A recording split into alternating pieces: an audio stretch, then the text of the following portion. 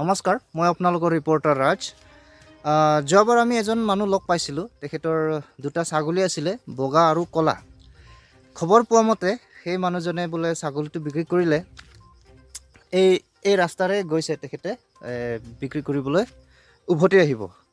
উভতি অহালৈকে ৰখিম। যোৱাবাৰ মোৰ মাথা গৰম কৰি দিছে, ক'লা বগা কৈ পেলাই অলপ সময় নাম লৈছোঁ, আহি পালেই মানুহজন।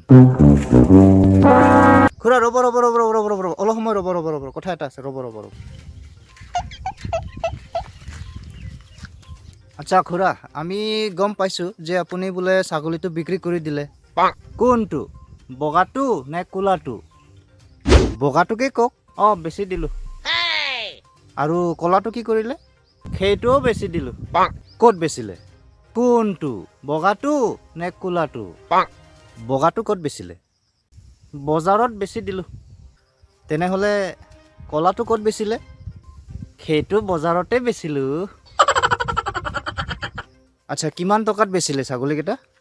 কোনটো, বগাটো নে ক'লাটো? আৰে খুৰা, ক'লাটোকে কওক। 5,000 টকাত বেচিলোঁ। আৰু বগাটো কিমান টকাত বেচিলে? সেইটো 5,000 টকাতেই বেচিছোঁ।